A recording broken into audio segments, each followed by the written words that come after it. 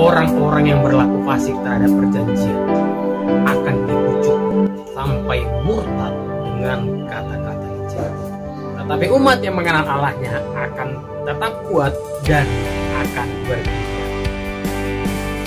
Kembali bersama saya lagi di channel YouTube Marga Desa Lagan. Pesan courage hari ini adalah be strong and take courage. Saya pernah mendengar lagu di albumnya Don Moon tahun 99. Itu lagu, kalau salah lagu sekitar tahun 89 tahun 90. Jadi hampir 10 tahun saya dengar lagunya. Itu judulnya Be Strong and Take Courage. Saya dengar bagus sekali. Saya cari ayat mendukung, ternyata itu dari kitab Daniel pasal 11 ayat 32. Lagu yang sangat menguatkan bagi saya dan menginspirasi untuk tetap kuat. Saya mendengarnya di Pulau Nias. Saya dalam keadaan bergumul untuk bisa bertahan di tempat di mana kami dalam pengungsian karena diusir dari rumah tempat kami ngontrak. Ya, kan kita mengontrak masih 6 bulan lagi, tapi karena anak yang punya rumah itu bikin ulah, kita diusir, suruh pergi. Kira 6 bulan lagi. Ya, tapi abangnya menampung kami di rumahnya, kasih waktu 6 bulan lagi. Kami tinggal di sana dan mengangkat barang-barang pada malam hari. Saya ingat bagaimana Tuhan suruh Jessica disuruh mengangkat barang-barang pada malam hari. Bilang kepada malam tidak ada yang membantu kami, semuanya nonton saja. Sudah peringatan, mereka cuma bilang capek ya. Tuhan. Itu tidak nyampe 5 tahun, sekitar 4-5 tahun kemudian terjadi goncangan yang kuat dan biasa dan gempa 2004 karena dari 2015 ya, bahkan sampai gunung-gunung banyak yang hancur pada sana. Luar biasanya itu rencana Allah untuk mengatasi yang pada awalnya saya melihat banyak warga Pulau Nias yang eksodus besar-besaran, banyak yang berangkat keluar dari Pulau Nias kapal gratis untuk keluar, tapi tidak mau ada bencana, ada gempa. Dan di daerah Sibolga begitu banyak posko-posko sekolah yang menjadi tempat-tempat mereka tinggal. Ada di tanah lapang di daerah Sibolga namanya, ada di daerah sekolah SMP 6 kawan-kawan yang mereka tinggal di sana. Begitu banyak bantuan-bantuan dari Amerika untuk support mereka. Maka itu membuat orang Nias semakin maju. Justru setelah Nias mengalami, kemudian saya melihat dulu foto-fotonya Nias menjadi tempat yang sangat indah, kota yang sangat bagus, lagi di view pada malam hari sangat indah. Melihat siapa orang-orang yang kuat, siapa orang-orang yang bisa mengalahkan itu, hanya orang-orang yang pesan yang kita dengar di awal, akan ada kekuatan sejahat untuk membujuk orang-orang untuk lemah. Orang-orang yang berlaku fasik terhadap perjanjian, orang-orang yang menipu, orang-orang yang curang dalam hidupnya, itu akan dipengaruhi, itu akan dibuat untuk menjadi pengkhianat-pengkhianat, menjadi orang yang murka, dipengaruhi dengan kata-kata yang enak, dipengaruhi dengan kata-kata tawaran-tawaran, janji-janji.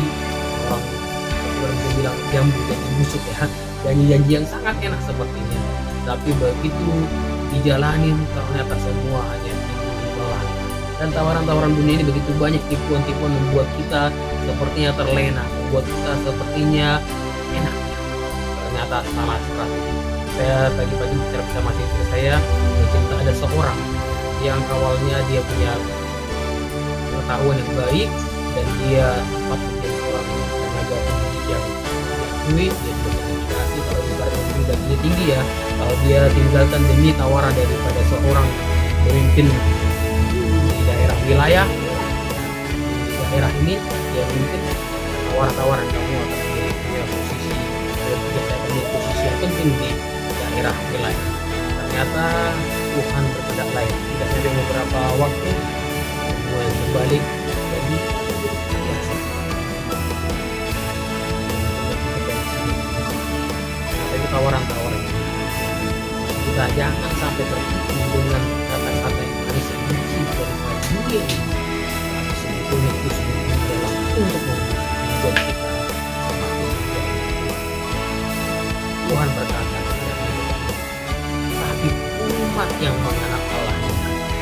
orang yang kenal dengan Tuhan, satu-satunya orang yang mau dekat dengan Tuhan. Bagaimana kita kenal dengan seorang kalau kita tidak pernah kenal dengan dia, tidak mau jumpa dengan dia, tidak mau komunikasi dengan dia?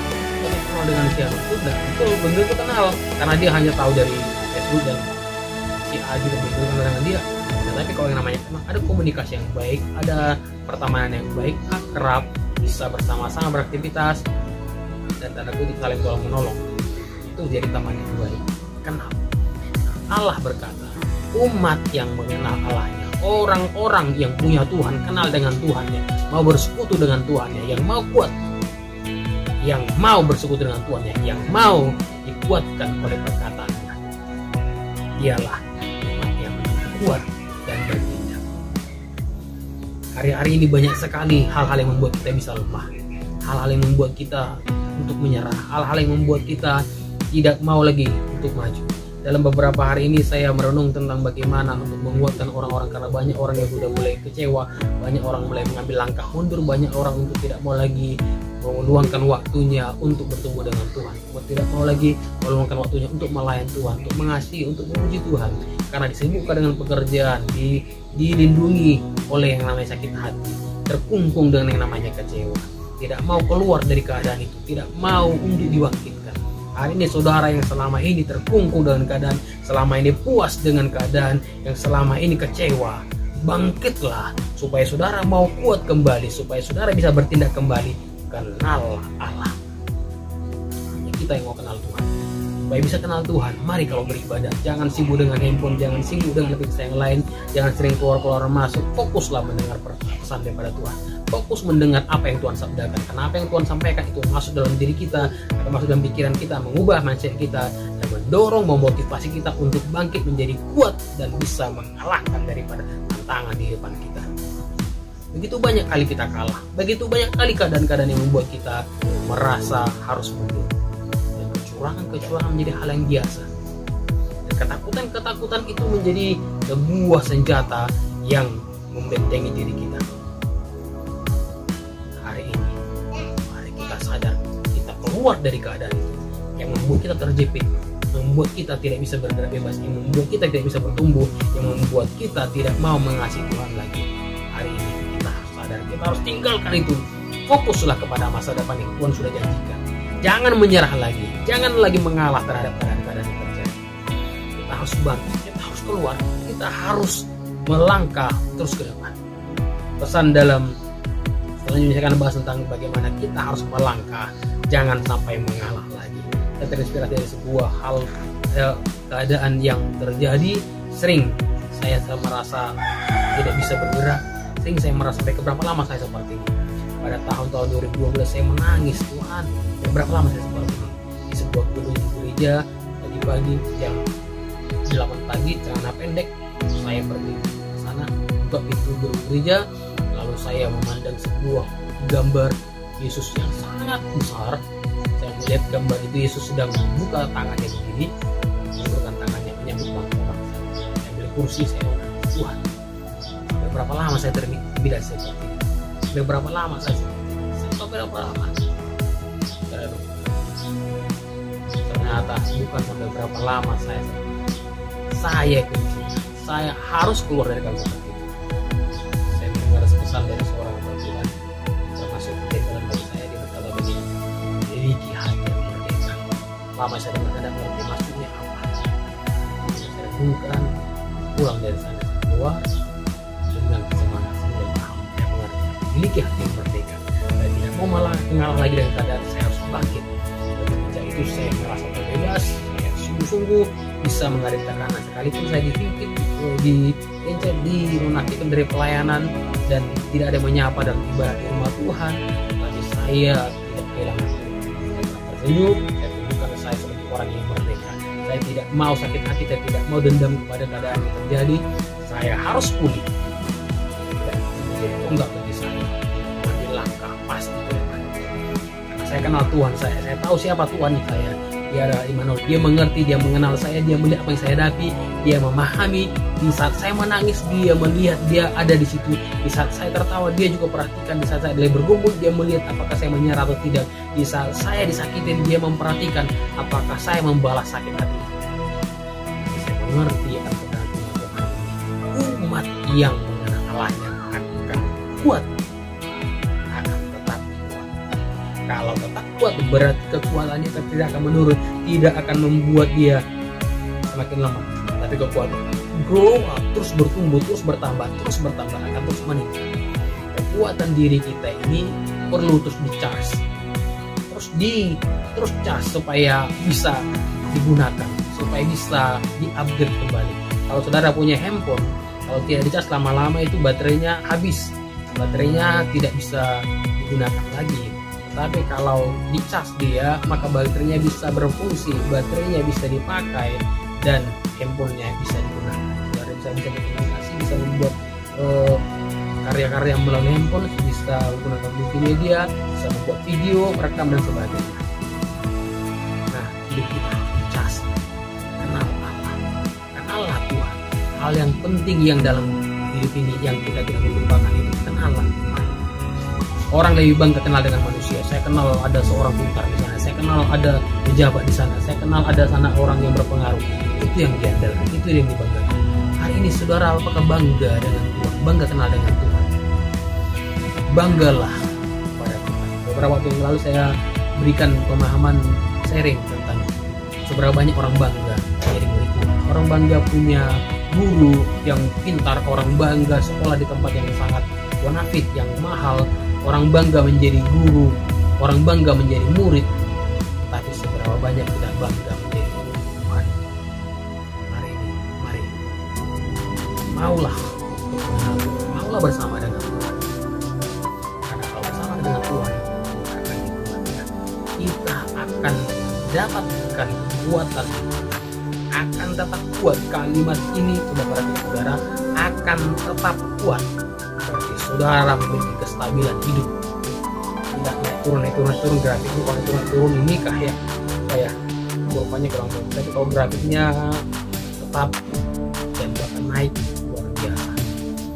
Biar grafik hidup kita lihat, perhatikan kembali barometer kita. Apakah keadaan ini membuat kita semakin mundur, keadaan ini membuat kita makin merasa tertitik, merasa saingan ke orang-orang sekeliling kita, atau kita melihat merasa ini kesempatan kita mengaplikasikan daripada apa yang kita terima dari Tuhan. Nah, kalau kita melihat bahwa Tuhan itu ada bersama dengan kita mengenal Dia, kita akan tetap kuat dan akan bertindak. Kalau sudah kenal Tuhan, jangan berdiam diri, jangan merasa tersembunyi, jangan merasa tidak bisa berbuat apa-apa, harus bertindak. Saya melihat ada seorang menunggu-nunggu untuk dijumpai. Aku melihat bagaimana orang menganggap saya keluarga, bagaimana orang mau menemukan saya melihat bagaimana orang menjumpai saya. Saudara, jangan menantikan orang lain menjumpai saudara. Bertindaklah, saudara keluar dari keadaan yang terpuruk, saudara bangkitlah, saudara harus bertindak, jangan sembunyi, jangan biarkan keadaan itu mengimpi saudara, jangan biarkan keadaan ini menyelubungi kita, menyembunyikan kita. Kita harus keluar, bertindak. Sekali lagi saya katakan pada saudara, bertindaklah.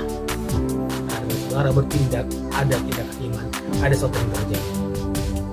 Orang yang berkata dia sembuh, tunjukkan mana sembuhnya. Saya sudah sembuh, mana bukti dia sembuh? Kalau masih terkapar di kamar bukan sembuh namanya itu, hanya ngomong doang dia sembuh.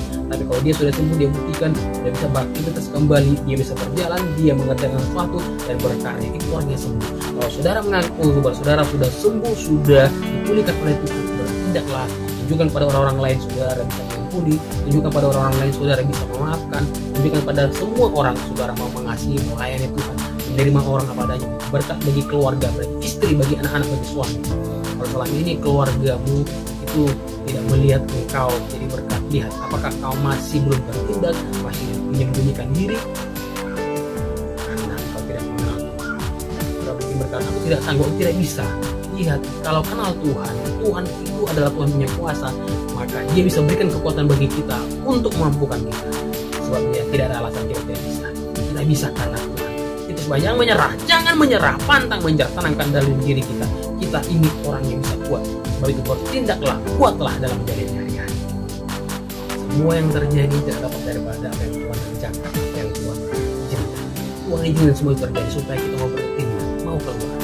Saudara lihat burung Raja Wali, digambarkan dalam Alkitab itu Musa menceritakan, menjelaskan bahwa dia melihat Tuhan itu seperti induk Raja Wali yang mengelilingi sangkarnya, menggoyang bangkitkan sarangnya supaya anaknya mau belajar terbang. Karena apa? Anaknya mungkin sudah merasa nyaman di tempat sarangnya, dia sudah merasa nyaman dalam perlindungan daripada orang tuanya, tetapi orang tuanya bisa melihat ini anak tidak akan bisa pintar terbang, tidak akan bisa tahu cari makan, tidak bisa mengalahkan musuh. Dia sudah bongkar bangkitkan daripada sarangnya, ya, supaya anaknya merasa tidak nyaman, sakit duri semua ini, ayo terbang, ayo terbang. Akhirnya ini membawa anaknya terbang dan dia menjadi seekor raja wali. Dengan mengepakkan sayapnya dia terbang dan melihat indahnya dunia, dan melihat indahnya dia bisa mengatasi badai. Badai kita bisa atasi kalau kita tidak menyerah. Kita selama ini mungkin merasa sudah nyaman, merasa selama ini harus dijumpai, merasa selama ini harus dibimbing, merasa selama ini harus dijumpai orang lain untuk kita ampun, minta maaf, menunggu orang lain yang menyelesaikan kita. Ini saudara bertindak. Kalau saudara punya Tuhan, bangkitlah, tunjukkan bahwa Tuhan kita punya itu adalah Tuhan yang menyertai, Tuhan yang menyembuhkan, yang memberikan berkatan dalam hidup kita, menguatkan orang lain. Jangan biarkan keadaan ini membuat kita takut. Tapi yakinkan dan lihatlah Tuhan luar biasa menyertai pada kita. Saya percaya hari ini saudara. Amin. Yakinlah Tuhan ada bersama dengan kita. Saya percaya pesan ini memberkati setiap orang dan kita sama-sama bangkit. Kita jangan lagi mau diperbudak oleh keadaan. Biarlah hidup kita tetap kuat dan akan bertindak. Be strong and take courage. Dan hari ini pesan ini percaya menjadi berkat bagi saudara untuk mengambil langkah. Jangan lagi menyerah, jangan lagi mundur, jangan lagi untuk pasar, tapi pantang menyerah. Amin. Kalau saudara merasa hari ini dikuatkan dengan Tuhan, mari bersama-sama dengan saya kita berdoa. Tuhan, aku berdoa bagi setiap orang yang mendengar pesan hari ini. Biar kami sama-sama dikuatkan. Biar kami sama-sama belajar mengenal Tuhan. Kami tetap kuat. Kami tidak mau lagi memiliki iman yang maju mundur. Hidup kami selama ini jatuh bangun. Tapi kami tetap bangkit ya Tuhan. Jadi kami akan bertindak. Tidak mau di tempat yang sama terus. Kami mau bangkit, berjalan, melangkah bersama dengan Tuhan ke tempat yang Tuhan bawa. Hidup kami dikuatkan hari ini melalui perkataan. Kami percaya perkataan ini adalah ya dan amin. Firman adalah kehidupan bagi kami. Terpujilah Tuhan, kau memberkati kami. Dalam nama Yesus Tuhan kami berdoa. Haleluya. Amin. Saya percaya saudara diberkati oleh Tuhan. Saya percaya hari ini ada pemulihan bagi setiap kita. Tinggal kita yang mau melangkah. Melangkahlah, tempuhlah, raihlah, gapailah apa yang Tuhan nyatakan, apa yang Tuhan janjikan bagi setiap kita. Saya percaya kita sampai ke atas perjanjian. Selamat menjalani hari. Tuhan memberkati.